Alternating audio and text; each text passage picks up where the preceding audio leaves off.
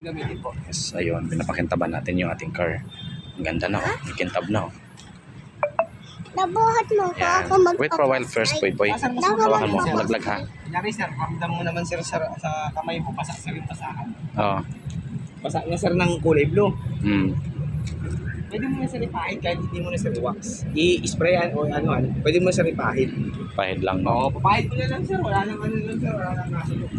Ay sir, basahan siya. Kintab na, oh. Papahid mo lang siya. Yan. Lang!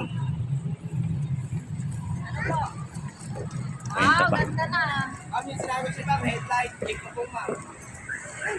Nawala yung blurred eh. Ay, oo nga, ganda.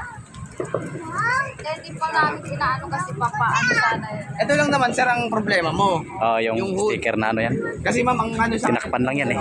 kahit anong patong ko sir ng itim, namumuti talaga siya kasi hindi pa siya kompleto eh. Oh, naluto din yan kasi. Naluto na ito ma'am eh. Naluto yan. Oo, pero ma'am, kita niyo Yan. naman po. So, ang ganda na ng car.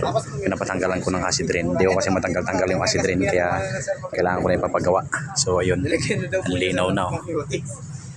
Yan. Ma'am, may salamin niyo din po. So, Wala okay na. naman yung gabay po.